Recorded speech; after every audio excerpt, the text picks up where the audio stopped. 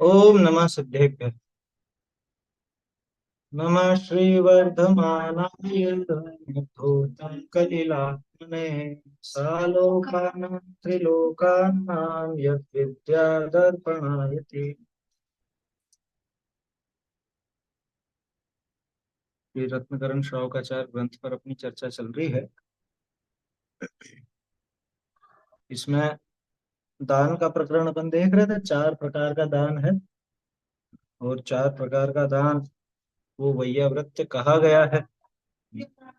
इन्होंने कहा कि जो चार ज्ञान के धारी हैं, ऐसे गणधर देवों ने चार प्रकार का दान बताया है। और चार प्रकार के दान का फल भी अपन ने देखा।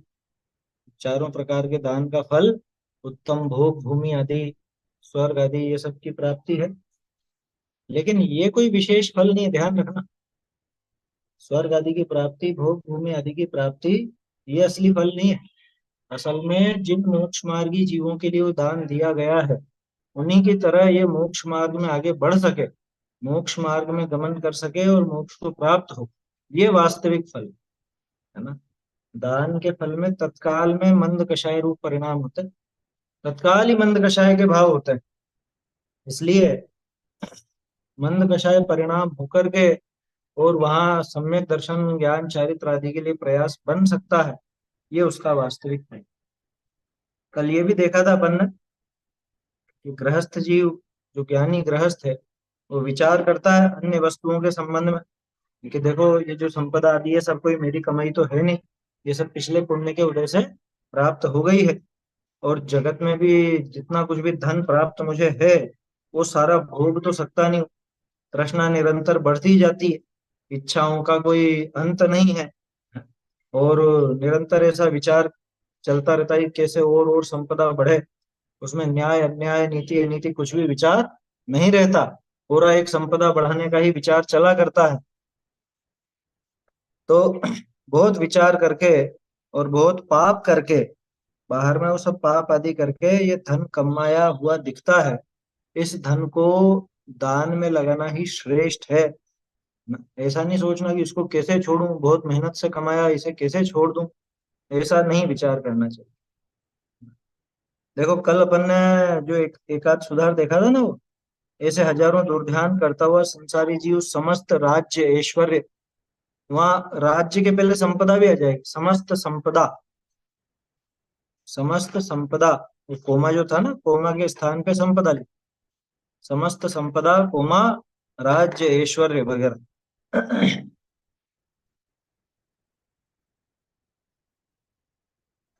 मतलब वो कोमा तो रह जाएगा, कोमा के पहले संपदा जुड़ जाएगी।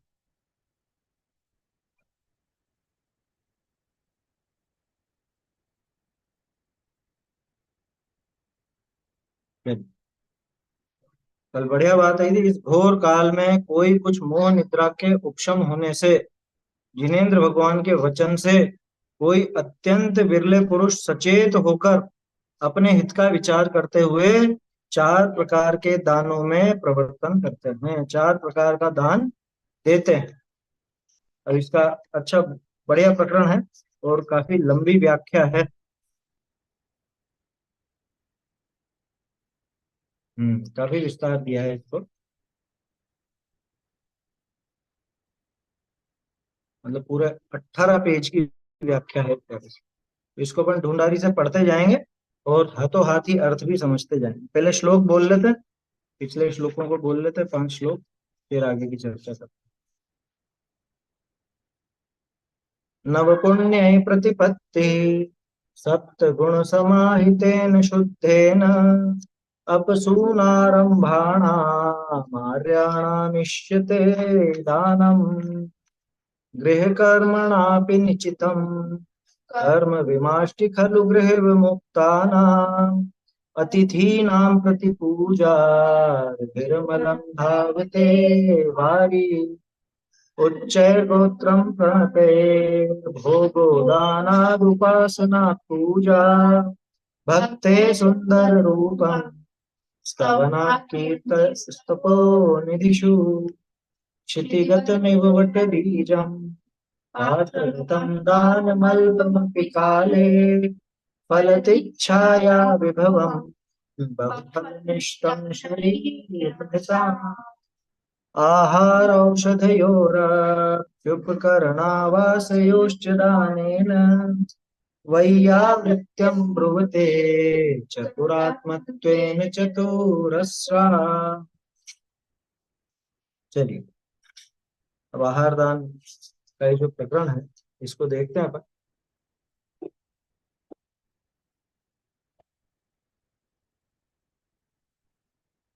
वैसे खुलासा इन्होंने काफी कुछ कर रखा है, तो अपन इसकी रीडिंग भी करते जाएंगे और हाथों हाथ ही जो विशेष बात करने की होगी वो भी करते जाएंगे।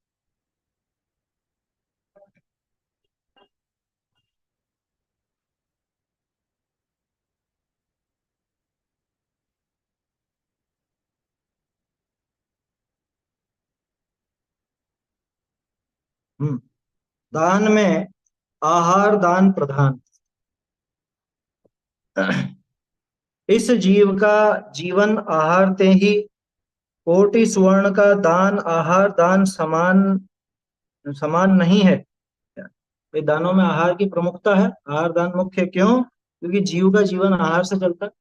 कैसा भी जीव हो, एक इंद्रिय से लगा के पंचेंद्रिय, आहार तो सबके ही होता है। अब तो विज्ञान पेड़ पौधों का भी आहार कैसे होता है वो सब बताता है ना, है? बच्चों की किताबों में आता है वो क्लोरोफिल वगैरह है? तो कोटि सुवर्ण का दान आहार दान समान नहीं है। आप करोड़ों किलो सोना दे दो, लेकिन वो आहार दान जैसा नहीं। सोने से किसी की भूख नहीं मिटने वाली, भूख तो आहार से मिटेगी। आहार ही ते देह रहे हैं। शरीर किससे टिकता है? आहार से ही टिकता है। देह ते रत्नत्रय धर्म फले। देखो व्यवहार का कथन है ना, इसको कोई ऐसा मत समझना कि अरे शरीर से कैसे रत्नत्रय।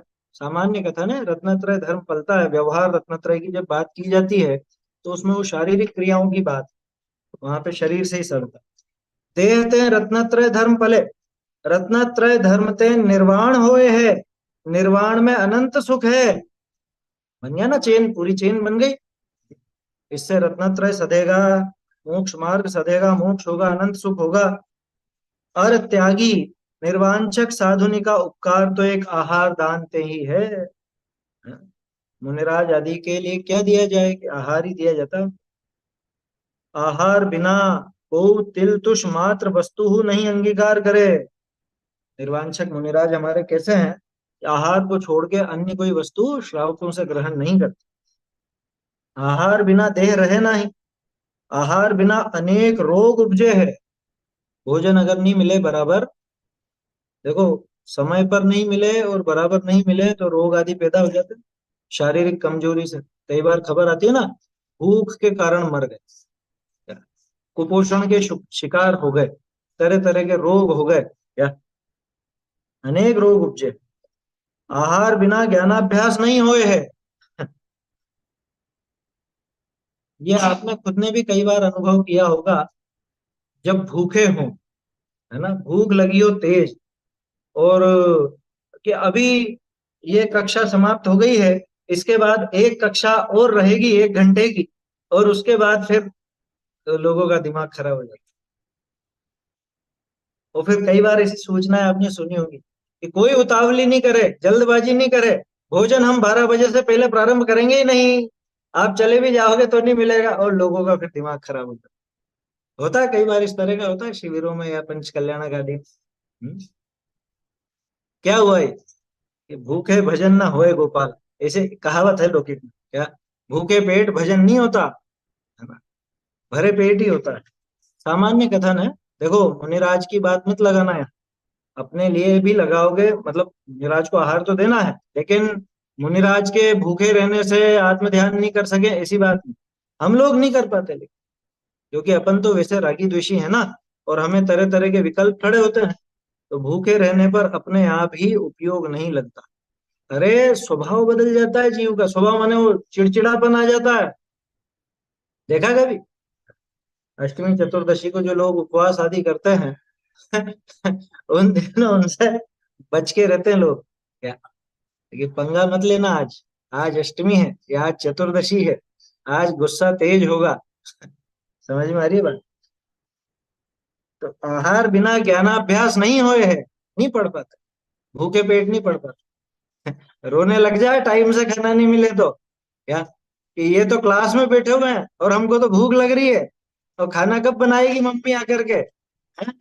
हमें तो भूख लग रही है। बोलो कितना कितना लगता है बच्चों को भी या दूसरों को भी, बड़ों को ही लगता है। क्या कहा, आहार बिना ज्ञानाभ्यास नहीं हो, आहार बिना व्रत संयम तप एक नहीं पले। गजब की बात। व्रत संयम आदि पालने में भी आहार एक सहायक कारण है, बस इतना समझना है। यूं मत समझ लेना है बिल्कुल हार्ड एंड फास्ट, ये सदा सुख जी लिख रहे हैं तो आहार के बिना तो तप होगा ही नहीं, कि भैया उपवास भी एक तप है, उसमें तो आहार होता ही नहीं। दूसरे अन्य जो तप हैं, है ना, उपवास की बात छोड़ दो, अन्य जो तप हैं वो आहार के बिना एकाएक बनते नहीं। एकाएक क्यों कह रहा हूँ, कि अपन लोगों के नहीं बनते, मुनिराज के तो बन जाते। ये एक सामान्य कथन है, क्योंकि शरीर को चलाने के लिए आहार की आवश्यकता है। भाई गाड़ी के लिए ईंधन तो चाहिए ना। व्रत संयम तप एक नहीं पले, आहार बिना सामायिक प्रतिक्रमण कायोत्सर्ग ध्यान एक हु नहीं होए, एक भी नहीं हो पाता। खाली पेट हो सामायिक करने बैठ जाए तो चित्त इधर उधर डोलता है। ये दश लक्षण में चतुर्दशी का उपवास बहुत लोग करते हैं। वो लोग भी करते हैं जिनको साल भर धर्म से कुछ लेना देना ही, जिनको मंदिर तक का रास्ता पता नहीं हो, वो लोग भी दश लक्षण की चतुर्दशी का उपवास करते हैं। और उस दिन उनकी हालत देखा कर, क्या शाम को ऐसे हो जाएंगे, उनसे कहो कि चलो चलो मंदिर चलो, सामायिक करेंगे, प्रतिक्रमण करेंगे, वहां बैठेगा ऐसा मुंह सड़ा करके बिल्कुल मरे मन से, क्या कि आज तो उपवास है, थक जाता है। देखा ना ये, भाई सामायिक वगैरह कुछ भी नहीं सधेगा, ना प्रतिक्रमण सधेगा, ना कायोत्सर्ग सधेगा, ध्यान भी नहीं होगा। आहार बिना परमागम को उपदेश नहीं होए, ये गजब की बात। आहार के बिना परमागम का उपदेश किनके, अरहंतों के। अरहंतों के तो आहार की बात ही नहीं, वो तो परमागम का निरंतर उपदेश।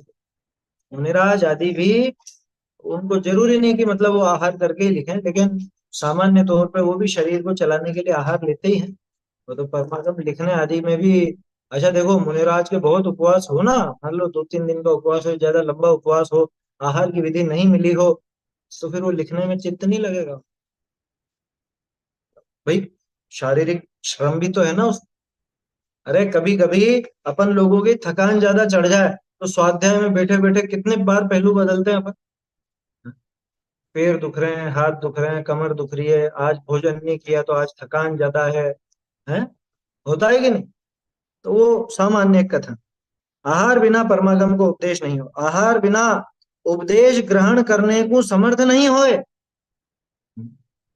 भूखे को सुनाना कभी, अभी रहना दो, अभी रहना दो धर्म की, तुम्हारा धर्म तुम्हारे पास रखो अभी, यहाँ तो भूख लग रही है, यहाँ तो खाने को नहीं मिला और तुमको उपदेश सूझ रहा है, ऐसा कहेंगे। सुना नहीं सुना कभी इस तरह का।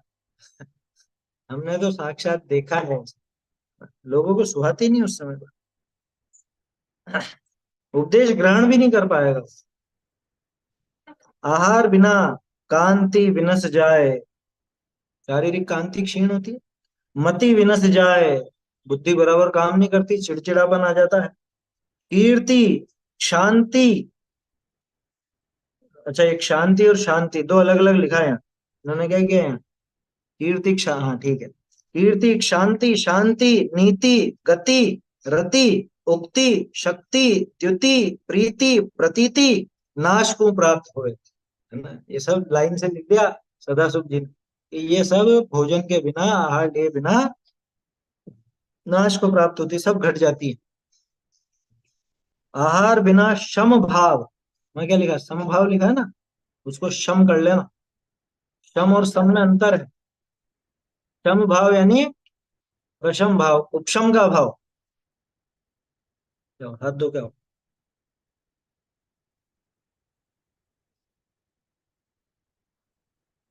शम भाव माने प्रशम भाव, है ना, उपशम वाला भाव जिसमें कषायों की मंदता शांति, और समभाव, समभाव यानी वीतराग, समत्व परिणाम, दोनों में थोड़ा अंतर है। आहार बिना शम भाव इंद्रिय दमन, इंद्रियों का दमन करने के लिए भी आहार चाहिए, गजब की बात। देखो, आहार मिल हो जाता है ना, तो एक चित्त में स्थिरता आ जाती है। ध्यान रखना, ये भी बहुत क्या कहें, सावधानी का काम है, भोजन लेना भी। सावधानी का काम क्यों कह रहा हूं, कि अगर भोजन ज्यादा हुआ, आहार अगर आपने ज्यादा लिया, तो प्रमाद आएगा। समझ में ही बात। और कम लिया है तो भी प्रमाद आएगा, या समझ लीजिए आपका काम जैसा बनता है वैसा नहीं बनता। और जितनी भूख है उससे थोड़ा सा कम लोगे तो अच्छा है, कोई दिक्कत नहीं। बिल्कुल कम भी नहीं चलेगा और ज्यादा भी नहीं चलेगा। ज्यादा आने पर इंद्रिय दमन नहीं होता, ज्यादा आने पर प्रमाद आता है, तो इंद्रियों के विषयों में प्रवृत्ति होती है विशेष। और उचित उचित मात्रा में हो तो आप इंद्रियों को साध सकते हो। साध सकते हो माने उनका दमन कर सकते हो, पांच इंद्रिय के विषय भोगों से दूर रह सकते हो, है ना। आहार बिना शम भाव, इंद्रिय दमन, जीव दया, मुनि श्रावक का धर्म, मुनिराज का धर्म, श्रावक का धर्म, विनय में प्रवृत्ति, न्याय में प्रवृत्ति, तप में प्रवृत्ति, यश में प्रवृत्ति, समस्त विनाश ने प्राप्त हो जाए है। आहार के बिना ये सब प्रवृत्तियां नष्ट होती, ये सब प्रवृत्तियां क्या कहें, भंग हो जाती, उचित मात्रा में नहीं हो पाती, नष्ट हो जाए। अ, आहार बिना वचन की प्रवीणता नष्ट हो जाए, जीबान लड़खड़ाने लगती है क्या, भूखे पेट हो ना तो ढंग से बोला नहीं जाता। एक तो वैसे ही थोड़ी सी कषाय भड़की हुई रहती है, थकान अलग रहती है, और बोलने में भी जोर आता है। अरे वो कर दो तुम तो, ऐसे कुछ भी बोलेगा वो, मतलब पूरा वाक्य बोलने में भी जोर आएगा। आहार बिना शरीर का वर्ण बिगड़ जाए, ये तो होता है भाई, शरीर आहार से चलता है। और आहार अगर नहीं हो तो शरीर की कांति बिगड़ती है, वर्ण बिगड़ जाता है, विवर्ण हो जाता है, काला हो जाएगा, काले घेरे हो जाएंगे। कुपोषण में ये सब चीजें होती है ना, है? चमड़ी की कांति वो फीकी पड़ती है, ये सब होता है। शरीर में सुख में, शरीर में मुख में दुर्गंधता हो जाए, हाँ ये बात है। खाली पेट हो, खाली पेट से मतलब नहीं, मुंह सूखा हो गया ना बिल्कुल, ना पानी पिया ना भोजन किया, तो मुंह से दुर्गंध आदि आने लग जाती। ये जगत का नियम है।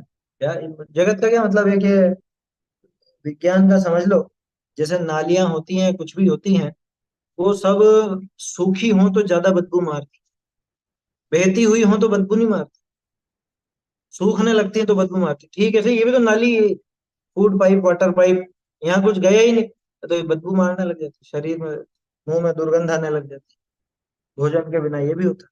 शांति का अर्थ क्षमा से, शांति और शांति दोनों लिखा ना, शांति माने क्षमा, क्षमा शब्द के लिए शांति का प्रयोग किया जाता है। देखो, शरीर में मुख में दुर्गंधता हो जाए, शरीर में भी दुर्गंध आने लग जाए, मुंह में भी दुर्गंध आने लग जाए, शरीर जीर्ण हो जाए, ये तो हो गई। समस्त चेष्टा नष्ट हो जाए, तो निश्चेष्ट पड़ा रहना चाहता है, जो नियमित के अभ्यासी नहीं है, वो किसी पर्व विशेष पर या किसी दिन विशेष पर उपवास आदि करते हैं।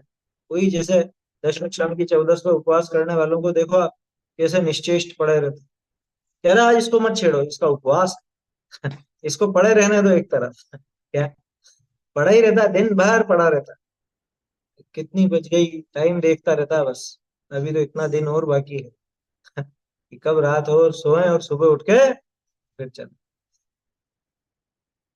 समस्त चेष्टा नष्ट हो जाए, आहार नहीं मिले तो अपने प्यारे पुत्र को, पुत्री को, स्त्री को बेच दे है।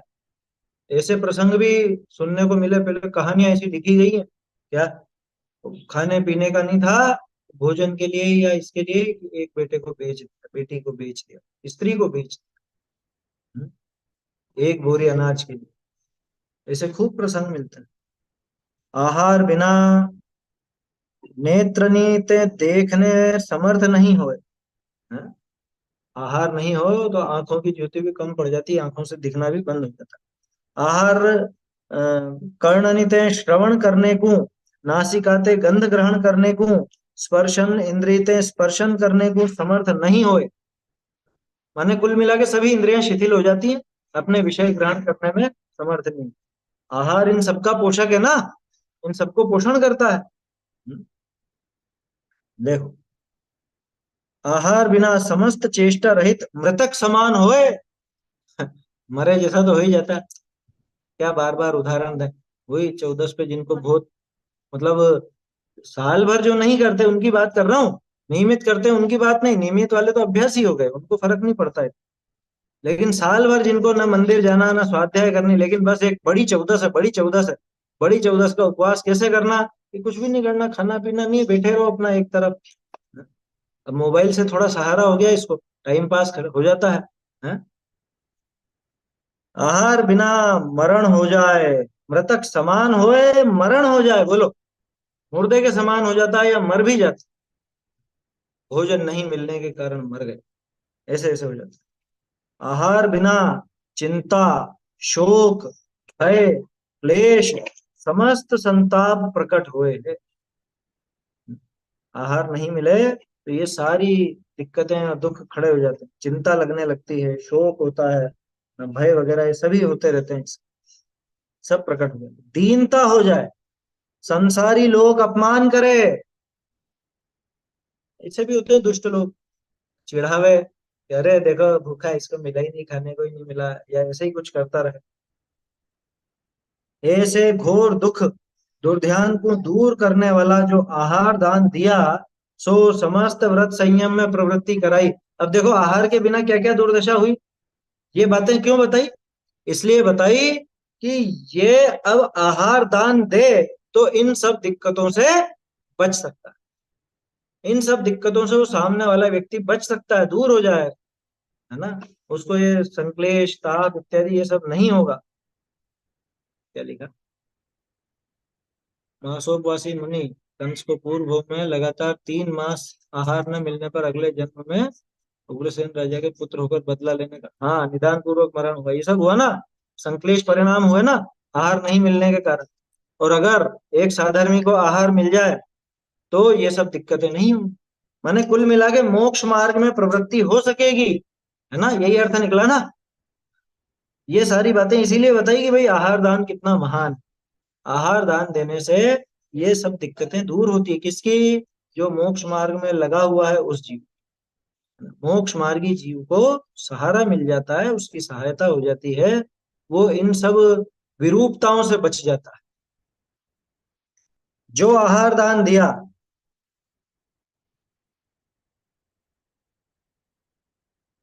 जो आहार दान दिया, सो समस्त व्रत संयम में प्रवृत्ति कराई। क्योंकि आहार के बिना तो असंयम ही हो रहा था, व्रत संयम आदि की प्रवृत्ति छूट रही थी। आहार दान से सारे व्रत संयम आदि में भी प्रवृत्ति इसकी होती। समस्त रोगादिक दूर किया। ये आहार दान की महिमा है, भाई रोग से बचा लिया ना आहार दान दे करके। आहार नहीं मिलता तो रोगी हो सकते थे, रोग से बच गए। समस्त रोगादिक दूर किया, याते आहार दान समान को उपकार नहीं है। अरे अन्य मत में तो बहुत महिमा है। क्या वो ऐसे आती है ना, गाने भी तो बना रखे हैं, कभी प्यासे को पानी पिलाया नहीं है और भूखे को खाना खिलाया नहीं। बाद अमृत पिलाने से क्या फायदा, जाने क्या क्या आते हैं ऐसे। खैर, वहां तो अन्य बात, वहां तो सिर्फ पेट भर दो इतना मात्र है, अपने यहाँ पेट भरना उद्देश्य नहीं है इसका। खास चीज ये समझने की है, आहार दान किसी का सिर्फ पेट भरने के लिए नहीं है।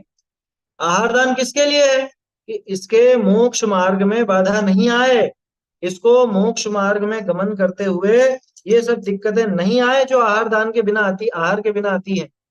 इसलिए आहार दान, सिर्फ उसका पेट भरना ये कोई हमारा लक्ष्य नहीं होना चाहिए, ये उद्देश्य नहीं।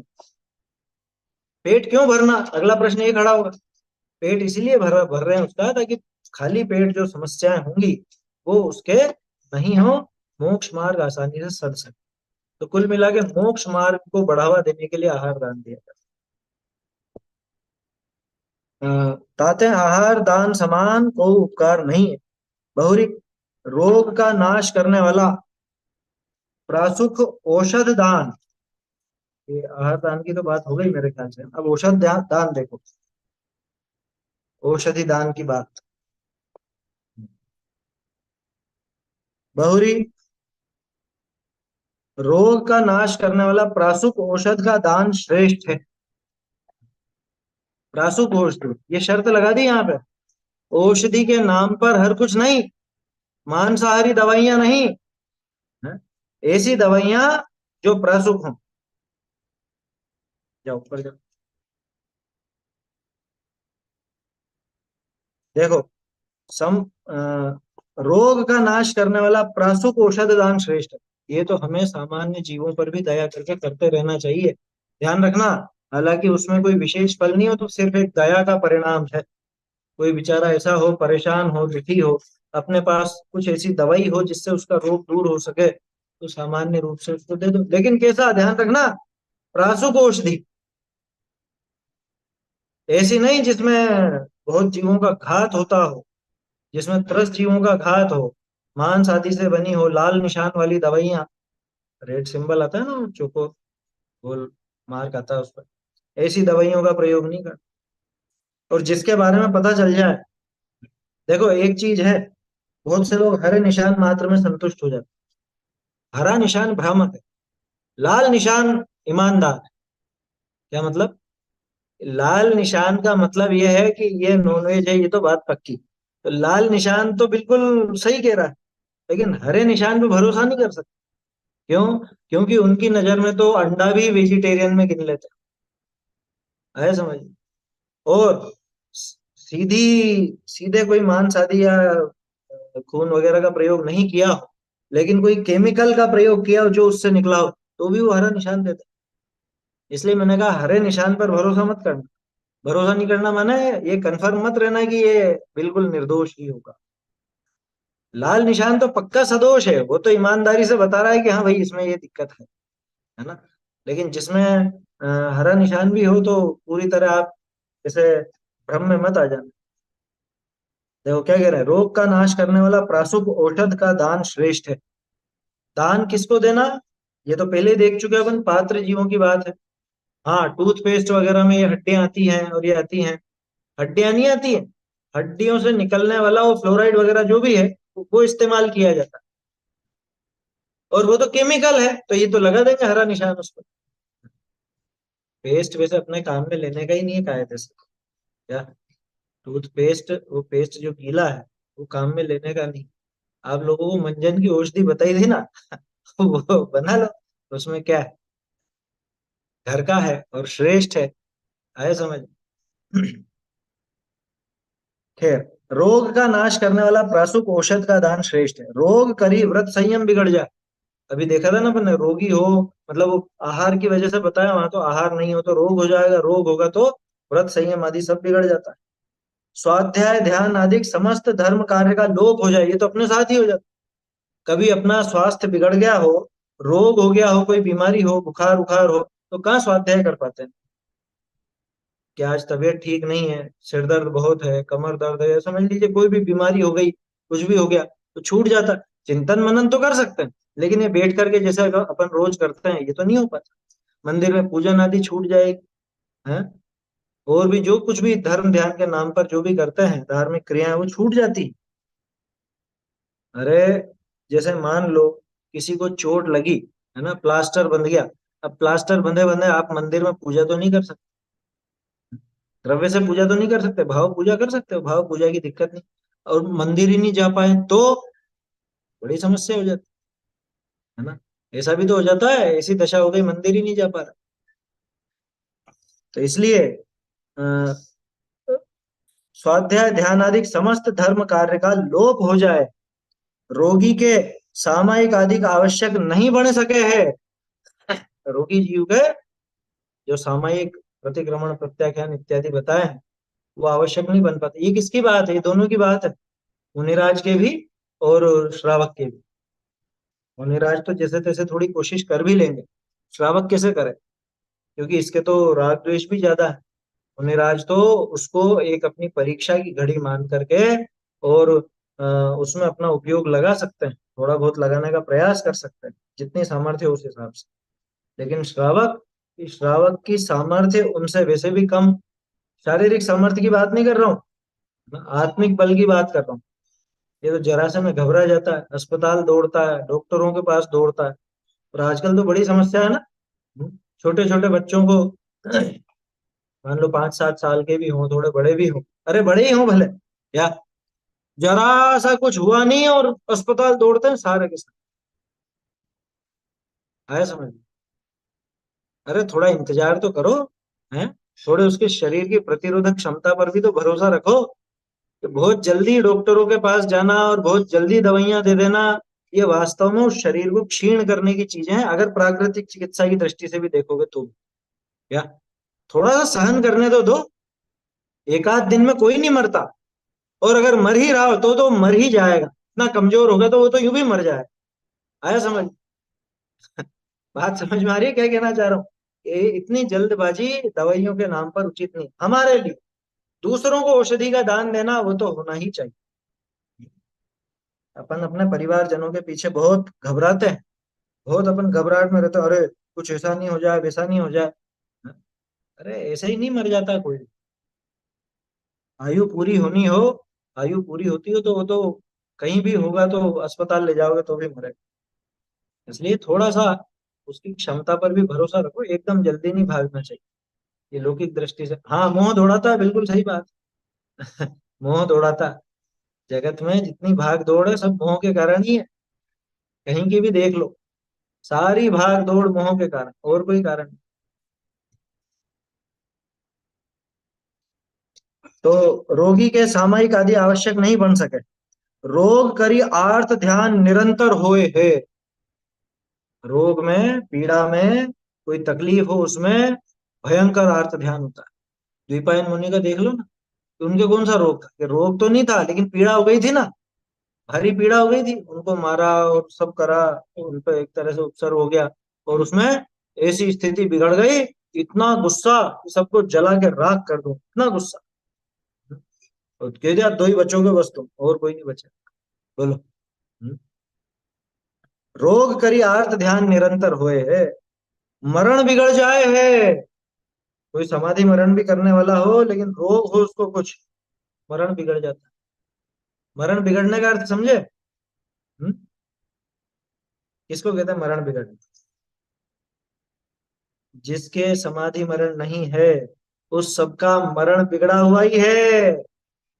बहुत से लोग क्या समझते हैं, और एक्सीडेंट में मर गए, मरण बिगड़ गया। जंगल में मर गए तो मरण बिगड़, पानी में मर गए तो मरण बिगड़ गया। अरे ऐसे नहीं होता मरण बिगड़ना। आज तक तेरा मरण सुधरा क्या, मैं बताना जरा। है? जहां समाधि मरण नहीं है वो मरण बिगड़ा हुआ ही है। जहां शांत भाव पूर्वक मरण नहीं है वो मरण बिगड़ा हुआ ही है। क्या?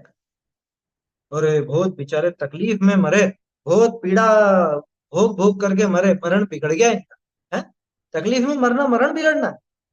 मुनिराज जिन पर बहुत बहुत उपसर्ग हुआ और वहीं से केवल ज्ञान प्राप्त करके मोक्ष चले गए, अंतःकृत केवली, उनका मरण बिगड़ा या सुधरा बताओ? हम्म? जिनको विरोधी देवों ने पछीट करके कीचड़ में गाड़ दिया, मार दिया, उनका मरण बिगड़ा या सुधरा बताओ? हमारी नजर बाहरी उस पर रहती है। अच्छा चलो एक बिल्कुल अभी ताजा उदाहरण लेते हैं, ताजा माने टोडरमल जी, वो अपने ही काल के है ना, 250 साल पहले। टोडरमल जी का मरण बिगड़ा था या सुधरा था? हम्म? अरे बहुत बुरी मौत हुई, बहुत बुरी मौत हुई, हाथी से कुचलवा दिया और कीचड़ में दफना दिया और ऐसा कर दिया, ऐसा कर, बहुत बुरा हुआ। बुरा अपने को दिख रहा है, बात चल रही है मरण बिगड़ा या सुधरा है। उनका मरण बिगड़ ही नहीं सकता था। हाँ? शांत भाव पूर्वक और तत्व ज्ञान का चिंतन करते हुए उनका मरण हुआ है, वो मरण कोई बिगड़ना है? उसे बिगड़ना नहीं कहते। जिनके भी, और सब परिवारजन सामने थे और सबको देखते हुए उन्होंने सांस छोड़ी, बहुत अच्छा मरण हुआ, ये अच्छा मरण है। अरे ये सबसे ज्यादा निकृष्ट मरण है। क्यों? क्योंकि सबको सामने देखते इसका मोह उछाले मारता है, और मोह उछाले मारता हुआ ये मरा, ये तो नियम से नीची गति में जाए।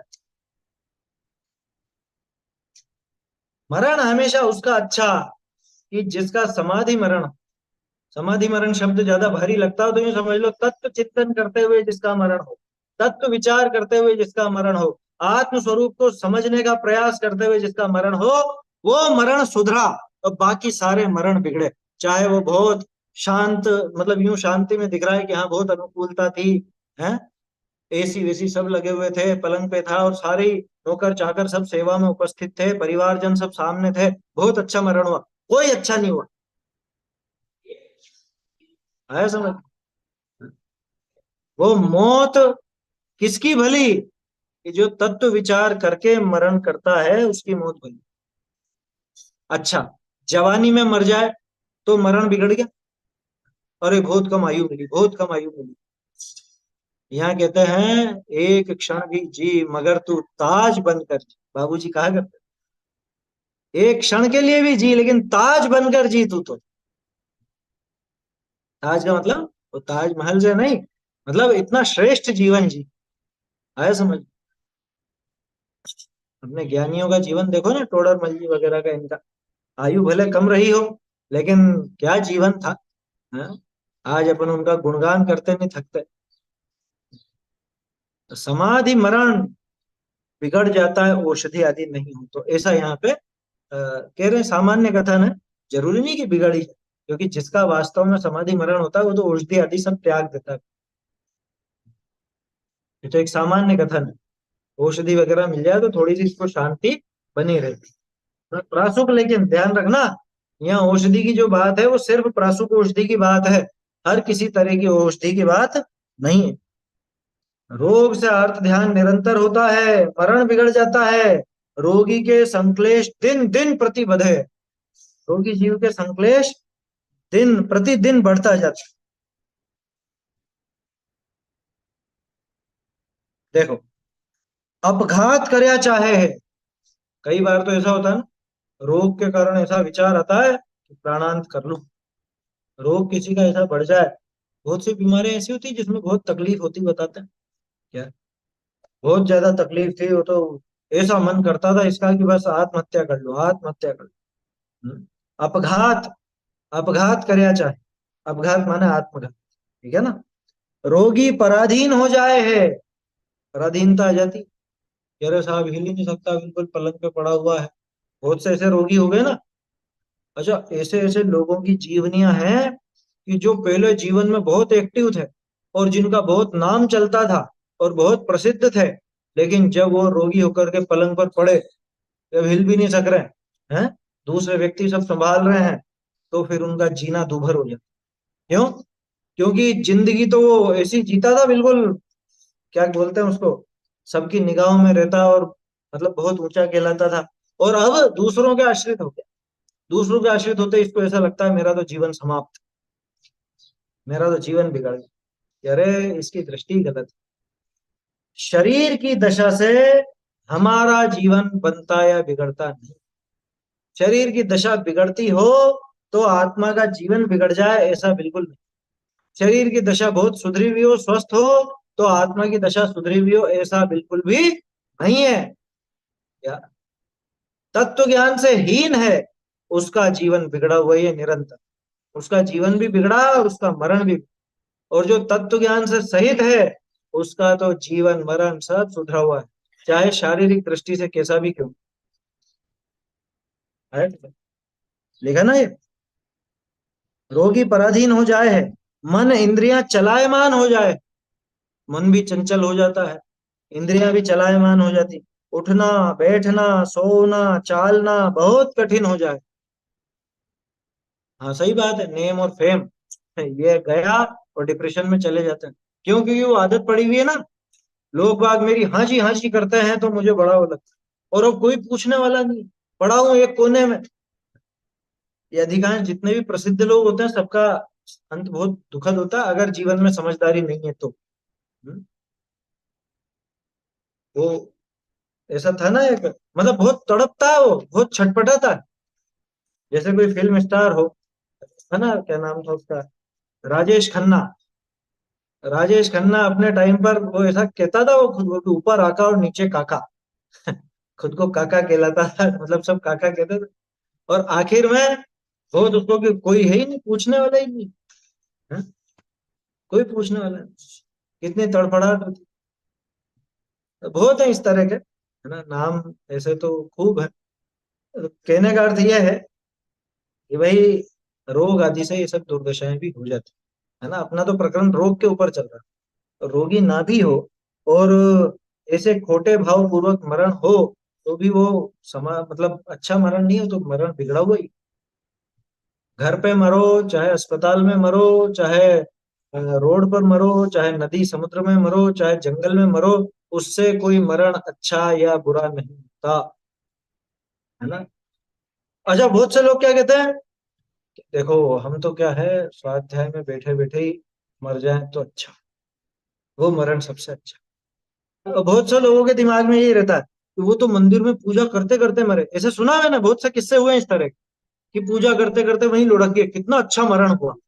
समय शिखर जी पर यात्रा करते हुए मर गए, कितना अच्छा मरण हुआ। किसने कह दिया ये अच्छा मरण हुआ? अच्छा और बुरा जगह से है क्या? ये तो अन्य मत जैसी मान्यता हो गई ना। अन्य मत में वो उनकी जो भी जगह है, हरिद्वार वगैरह, वहां जाके मरण हो तो बढ़िया, ऐसा इनको लगता है।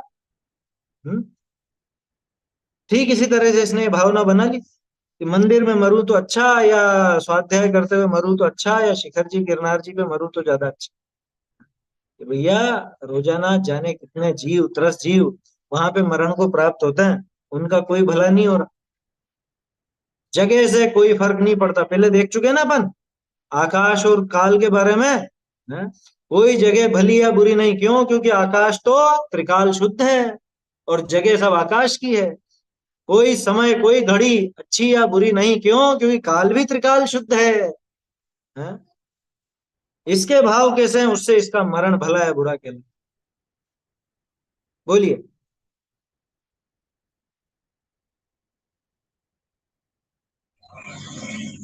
सर लोगों को क्या है ना, वो एक लास्ट पर्टिकुलर जो एक टाइम पीरियड रहता है उसकी, एंड का, डेथ का, उस पर्टिकुलर टाइम को लेकर के वो पिछले पूरे उसके सिनेरियो को जज करते हैं। गुरुदेव हम्म, के बारे में भी कहते हैं लोग बाग के लास्ट के टाइम में हॉस्पिटल ले जाना पड़ा तो इतनी क्षमता नहीं रख पाए, या उस तरीके की लोग बाग जो क्वेश्चन मार्क लगाते हैं क्या। और अपने भी जीवन में अपन कभी कभी देखते हैं कि जो जीवन भर स्वाध्याय करता रहता है वो लास्ट टाइम में जब थोड़ा सा ऐसा टाइम आता है, जैसे मेरे मामा श्री थे, वो पंडित थे, वो स्वाध्याय भी करते थे, लेकिन लास्ट के अंतिम समय में उनका जो माइंड सेट एकदम बिगड़ा, तो उन्होंने मतलब रात को पानी वगैरह मांगना और वो सब चीजें स्टार्ट कर दी साहब। तो जीवन लोग बाग उसको उस श्रेणी से जज करते हैं थोड़ा सा। हम्म। तो वो थोड़ा सा समझ नहीं आता है लोगों को कि कैसे क्या करना है लोगों से। देखो अब इसमें ऐसा है, प्रयास तो अपने को यही रहना चाहिए कि आखिर तक भी अपना वो समझ लीजिए जो, जैसा आप तो दिमागी संतुलन वगैरह की बात कर रहे हो या प्रवृत्ति की भी बात करो, तो वो वैसी बनी रहे। लेकिन कई बार ऐसा हो सकता है क्या कि आखिर में आके यही तो बता रहे हैं अभी, आहार के बिना और ये रोग के कारण औषधि के बिना कैसी दुर्दशा होती है, यही तो समझा रहे हैं। यही तो आहार दान और औषधि दान का महत्व है, कि भाई ऐसा जीव जो डिगता हो उसकी स्थिरता करना। मुनिराज की कैसी कैसी दशा होती है, उनके समाधि मरण के लिए आपको पता है कितने निर्यापकों के लिए कहा है? 48। 48। और 48 माने समझे, 12 काम है जिसमें हर एक में चार चार लगे हुए हैं। चार चार की टीम बना करके 12 काम सौंपे जाते हैं। तो ऐसे 48 होते हैं, 48 निर्यापक, ये तो उत्कृष्ट बताया है। जरूरी नहीं कि 48 हो तो ही समाधि मरण हो सके, संलेखना हो सके। क्यों है, लेकिन मेरा प्रश्न तो ये है कि इतने सारे क्यों, कि उनको आखिर में परिणाम नहीं बिगड़े। देखो, श्रावक का मरण हो, और श्रावक का मरण तो विशेष कोई बिगड़ता नहीं, क्योंकि बिगड़ा हुआ ही रहता है ज्यादातर, है ना। और लेकिन मुनिराज मुनि दशा में तो मोक्ष मार्ग को साध, वहां अगर बिगड़ेगा तो बहुत ज्यादा बिगाड़। इसलिए वो संभालने के लिए 48 48 तक बता। और अपने में भी भावना तो ये भाते हैं क्या, कि देहांत के समय में तुमको न भूल जाऊं और धर्मात्मा निकट हो, चर्चा धर्म सुनाए। ये सामान्य भावना है, होती है, अच्छी बात है। लेकिन अपनी तैयारी इतनी रहे कि कोई सुनाने वाला नहीं हो तो भी मैं दृढ़ रहूं, ये तैयारी जीवन भर चले। और रही बात जज करने की, तो देखो लोगों की प्रवृत्ति पे तो कौन लगाम लगा सकता है ना। दुनिया वणिक वृत्ति है रखती, काम नहीं परिणाम निरखती। दुनिया की ऐसी आदत है, वो पीछे क्या काम हुआ है, कितना क्या हुआ, वो नहीं देखते, वो परिणाम देखते हैं। आया समझ में? बाबूजी का एक व्याख्यान है, तत्व चर्चा 2002 वाली फोल्डर में है, पहले ही नंबर का है, समाधि मरण के ऊपर बोले हैं वो, आधा पौन घंटा। बल्जी बाबू जी का अष्टानिका 2002 वाली जो है ना, तत्व चर्चा, तत्व चर्चा दो नाम से, तत्व चर्चा के 3 फोल्डर है, उसमें सेकंड या थर्ड फोल्डर के अंदर होगा वो, मेरे ख्याल से थर्ड होना चाहिए शायद, तत्व चर्चा थर्ड का पहला वाला, उसमें समाधि मरण के ऊपर बोले। खैर, तो कहने का अर्थ ये है कि औषधि आदि भी जरूरी, जैसे आहार जरूरी है, ऐसे ही प्रासुक औषधि भी जरूरी है। और उसका यही महत्व है कि भैया देखा ना अपन ने, रोग से परिणाम बिगड़ गए, आखिर में दिमागी संतुलन बिगड़ गया, तो औषधि प्रासुक होना ये भी जरूरी। दिमागी संतुलन ठीक भी हो, लेकिन अगर समाधि मरण नहीं हो, शांत चित्त नहीं हो, तत्व विचार नहीं हो, तो क्या काम का है? वो मरण भी कोई सुधरा हुआ मरण नहीं। हाँ, इतना जरूर है कि आखिरी समय में, अब वो देखो अस्पताल में मरे या कहाँ मरे उससे फर्क नहीं पड़ता, वो कोई दम नहीं है उस बात, वो तो फालतू की बात। बात यह है कि उनके विचार क्या चल रहे थे, आखिरी समय पर उनका चिंतन क्या था, आखिरी समय पर उनको कैसी अनुभूति थी, हैं? उनके परिणाम कैसे थे, संक्लेश परिणाम थे या शांति के परिणाम थे, उससे फर्क पड़ता है। रोगी के संक्लेश दिन दिन प्रति बढ़े, अपघात करे चाहे, रोगी पराधीन हो जाए है, मन इंद्रियां चलायमान हो जाए, उठना बैठना सोना चालना बहुत कठिन हो जाए, श्वास की लार वेदना बधे है, एक एक श्वास के साथ वेदना बढ़ती जाती, होता है ना कई बार ऐसा, जैसे जैसे सांसें बीतती जा रही हैं, इसकी वेदना बढ़ती जाती, उठना श्वास की लार वेदना बधे है, क्षण मात्र जक नहीं लेने दे है। हमारे यहाँ बोलते हैं ऐसा, जक नहीं ले रहा बे, जक यानी शांति नहीं ले रहा, जग माने शांति, क्षण मात्र भी जग नहीं लेने दे, एक मिनट भी चैन से बैठने नहीं देता। ऐसी हो जाती है कई बार स्थिति रोगियों की, वृद्धावस्था में भी बहुत हो जाती है। इसलिए क्या है, अपन लोगों को तो ये कर्तव्य है अपना कि कोई वृद्ध हो और मरणासन्न हो तो अपने को बहुत शांति से उसे टेकल करना चाहिए, क्योंकि आखिरी समय ऐसी दशाएं हो सकती हैं। आया समझ में? अगर हमें स्थितिकरण अंग निभाना है, अगर हमें साधर्मिका वात्सल्य निभाना है, तो उसका कुछ क्या है ना, जक नहीं लेने दे है, किसको नहीं लेने देता, परिवार वालों को चैन से नहीं बैठने देता। तो थोड़ा अपने को सेवा भावी होकर के और उसको सहन करना चाहिए, उसको शांत परिणाम पूर्वक उसकी सेवा करनी चाहिए। बोलिए।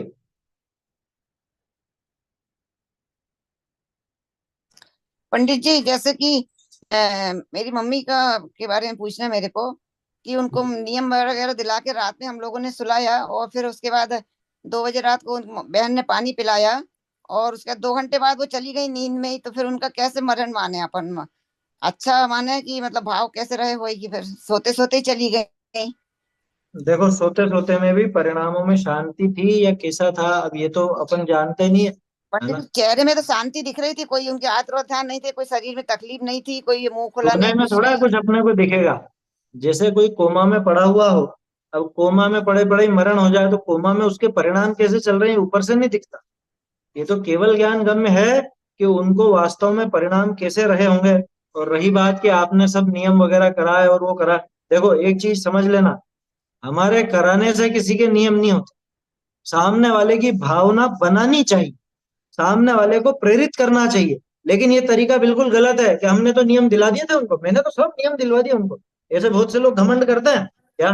हमें ऐसे बहुत से लोग मिले जो ये कहते हैं मैंने तो सारे नियम करवा दिए थे उनको, सब त्याग करवा दिया था। अरे तू होता कौन है करवाने वाला? तो सामने वाला तैयार है या नहीं ये भी तो देख। तो हमें तो उसको प्रेरित करना चाहिए कि देखो, आपने जीवन भर यथा नियम संयम साधा है, तो अब थोड़े समय की बात और है, और ये शरीर तो छूटने ही वाला है, छूटा छुटाया ही है, अभी छूटा हुआ है। आया पंडित जी, समझ वो में? पहले नियम नहीं ले रही थी, बोल रहे थे तो बोलते हमें नहीं लेना है, फिर बाद में उनने बोला ले लो ले लो, उनको पूछ किया तो उनने नियम फिर ले लिया आराम से। मंत्र वगैरह भी 2 3 4 प्रकार के मंत्र पढ़ाते थे, वो भी पढ़ लिए। और हम्म। मतलब तो हम लोगों को ऐसा लग रहा कि मतलब उनकी गति अच्छी हुई होगी, क्योंकि मतलब 4 दिन पहले से नियम नहीं ले रही थी पंडित जी, वो मना कर देती थी और बिल्कुल नहीं लेना ही नहीं है हमें नियम। तो बाद में देखो, आखिरी तो दिन उस ले लिया समय जिस उनके दिन, भाव नहीं थे, और कई पंडित जिस बार दिन ऐसा जाना होता है। था उस दिन नियम ले लिया उनने, बस आखिरी दिन। हाँ तो ठीक है, उस समय ले लिया होगा, उस समय परिणाम उनके बदले होंगे। ये भी हो सकता है। और एक और चीज बताऊं, अन्यथा मत लेना, ऐसा भी हो सकता है कि आप लोग जितना पीछे पड़े तो फिर परेशान हो गया, अरे जैसा भी है नहीं, ठीक। इतनी हिम्मत नहीं है, हिम्मत नहीं है ऐसे बोलती थी, फिर आखिरी दिन उन्होंने हिम्मत हाँ कर ली और बढ़िया अच्छी आवाज में ले लिया नियम वगैरह सब। तो हाँ हम ठीक लोग है, तो को ऐसा उनके लगा कि परिणाम अच्छे रहे होंगे, तो नियम से अच्छी गति हुई होगी, है ना? वो तो सब परिणामों के ऊपर ही है। फिर आपने टाइम। क्या किया है, सुनिए सुनिए, आपने क्या किया या आपने क्या कराया उससे उनके कोई फर्क नहीं पड़ता। उनके स्वयं के परिणाम कैसे रहे, उस अनुसार ही उनकी गति हुई, है ना? और पंडित जी देखो, अब ऐसा एक माने और बात काम की कहता हूँ। क्या, ऐसा माने कि अपन पहले गति बन नहीं हुआ इसलिए तो भाव होते ही नहीं उनके लेने की फिर। देखो, श्रेणिक का उदाहरण स्पष्ट आता है। पहले आयु बंध गई हो, है ना, और नीचे आयु बंधी हो, तो नियम आदि का परिणाम ही नहीं, व्रत संयम आदि नियम लेने का कोई परिणाम ही नहीं होता। ठीक है ना? लेकिन एक चीज और समझ लेना, जबरदस्ती नहीं नहीं नहीं नियम लो नहीं तो गति बिगड़ जाएगी, नियम लो गति बिगड़ जाएगी, इसलिए नियम नहीं लिए जाते। नहीं, उनको तो एहसास भी नहीं कराया हम लोगों ने कि तुम जाने वाली हो, ऐसा कुछ भी नहीं मालूम था उनको। नहीं नहीं बस नहीं, डेली वो का नहीं नियम था। कराया। हाँ। तो सामान्य में बात बता रहा हूँ, उनके तो परिणाम जी। जैसे रहे तो उनकी गति तो वैसी रही होगी। अब मैं एक चीज और कहता हूँ, सामने वाला कहाँ गया होगा, ये विकल्प दिमाग से निकाल दो। उनकी ऊंची गति भी हुई होगी तो आपको कोई लाभ नहीं, और उनकी नीची गति भी हुई होगी तो आपको कोई नुकसान नहीं। आपको जो कुछ होना है वो आपके परिणामों से होगा। क्या समझ में ही बात? इसमें सबसे पहले समझ लेना, मैं तो अगति हूं। चलता चल कविता सुनते हैं ना अपन? चार गति पर तू अगति है। क्या गतियां होंगी, चार होंगी तो, लेकिन तू तो अगति है, तेरी कोई गति नहीं होती। हाँ? तेरी माने मेरी ना, वो तो बोलने में ऐसा आता है। क्या हे आत्म तत्व, तू तो अगति है, चारों गतियों से पार तत्व हूं मैं। ये सबसे पहले स्वीकार करे तो अपने आप ही उसका मरण सुधरे। पंडित जी, नींद में सोते सोते भी आदमी चाह सकता है क्या? उनको ऑक्सीजन लगा था वैसे तो, पर नींद में सोते सोते चली गई वैसे, मतलब अचानक हाँ ही तो 2 घंटे क्यों भी नहीं नहीं जा गए। सकता? अरे गर्भ में हो, माँ के गर्भ में ही मरण हो जाता है, तो सोते सोते जाने में क्या है समझ में? बेहोशी की दशा में ही चला जाए कोई जीव, नींद में चला जाए, कोमा में चला जाए, कोई बड़ी बात नहीं उसमें। तो वो तो जैसे उनके परिणाम हो उस अनुसार जैसी गति होती है, और किसी और की क्या देखनी, हमें तो हमारी देखनी है। हमारी अभी की गति क्या है, अभी की गति कि मनुष्य गति, अरे ये गति की बात नहीं कर रहा हूँ, हमारे अभी परिणाम कैसे हैं, अभी मेरी स्थिति कैसी है, माने मेरे परिणाम कैसे हैं, मुझे उस पर ध्यान रखना चाहिए। थोड़रमल जी ने कितना बढ़िया समझाया, अपना भला बुरा तो अपने परिणामों से, दूसरों के परिणामों को देख देख करके कशाई नहीं होना, संक्लेशित नहीं होना, या दूसरे के अच्छे परिणामों को देख करके भी बहुत खुश नहीं हो जाना, उससे कुछ भी भला बुरा अपना नहीं, अपना भला बुरा तो अपने परिणाम से। देखो, यहाँ आया ना उठना, क्षण मात्र, ये यहाँ पे क्षण धर लिखा ना, क्षण भर कर लेना इसको, क्षण धर की जगह क्षण भर हो जाएगा, था गलत लिख गया यहाँ पे। अच्छा, यहाँ पे क्षण भर को चेन नहीं पड़ती ऐसा अनुवाद किया है इन्होंने, जबकि यहाँ पे सामने वाले जीवों के लिए बात है कि क्षण मात्र जक नहीं लेने दे, माने एक सेकंड के लिए भी छोड़ता नहीं है, यही बैठे रहो मेरे पास, ऐसा ऐसा हो जाता है रोगी का। बहुत कहा कहिए, रोगी को खावना पीवना बोलना चालना लेना देना, सोना उठना बैठना, समस्त कार्य जहर पीवने के समान बाधाकारी होए। बोलो, एक एक काम में उसको बहुत दिक्कत हो। अरे लोगों के ऐसे पाप का उदय आ जाता है कई बार, ऐसे ऐसे पाप का उदय, ऐसी प्रतिकूलता, एक एक काम, हर काम में परेशानी आती, हर काम में तकलीफ, कि उनको नहला दो तो तकलीफ, नहीं नहलाओ तो तकलीफ, खिलाना पिलाना है, मल मूत्र आदि का सब में तकलीफ, बहुत दर्द होता है, बहुत दर्द। अरे क्या करें, इनको साफ करते हैं तो इनकी चमड़ी इतनी कच्ची हो गई है कि साफ करने में भी इनको दर्द होता, साफ नहीं करते हैं तो चमड़ी लग जाती है, उसमें भी इनको दर्द होता, हर चीज में तकलीफ। ये लिखा ना यहाँ पे, है? हर चीज में लेना देना सोना उठना बैठना, समस्त कार्य कैसा लग रहा है, जहर पीवने के समान बाधाकारी होए। याते प्रासुक औषधि दान करी, रोग मेटने समान को उपकार नहीं है। कि पहले आहार दान के समान कह रहे थे, अब औषधि दान। ये दोनों एक जैसी हैं क्या? आहार दान और औषधि दान एक जैसा है।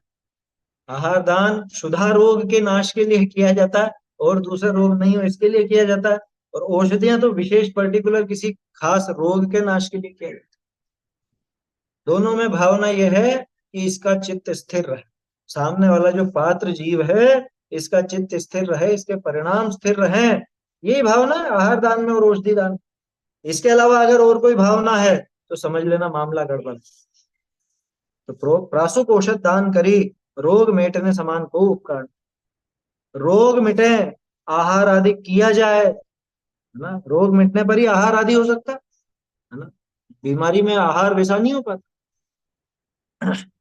अ, समस्त तप, व्रत, संयम, ध्यान, स्वाध्याय, कायोत्सर्ग आदि रोग रहित होए तभी करी सके है। जब रोग आदि से रहित हो तभी कर सकता है ना? इसलिए ये औषधि दान भी अपने को निरंतर करना ही चाहिए। औषधि दान की भावना भी निरंतर होनी चाहिए। आगे ज्ञान दान और वस्तिका दान की बात आई, वो फिर अपन आगे देखेंगे। आहारौषधयोरप्युपकरणावासयोश्च दानेन वैयावृत्यं ब्रुवते चतुरात्मत्वेन चतुरस्रा। चैतन्य का स्मरण प्रतिक्षण ही करो रे, भव के अनंत दुख को क्षण में हरो रे। अक्षय अनंत निज सौख्य निधान पाओ, गाओ अरे तुलसी के गीत गाओ। जिन वाणी प्राणी जान ले रे, जिन वाणी प्राणी जान ले रे। चहु दरब पर जाय गुण सरब मननी के सगधान ले रे। चहु दरब पर जाय गुण सरब मननी के सरधान ले। वाणी प्राणी जान ले, देव धर्म गुरु निश्चय धर पूजा दान प्रमाण ले। देव धर्म गुरु निश्चय धर पूजा दान प्रमाण ले ले। जिन वाणी पानी जान ले, ध्यानत जान्यो जैन बखान्यो ओम अक्षर मन आन ले रे। ध्यानत जान्यो जैन बखान्यो ओम अक्षर मन आन ले रे।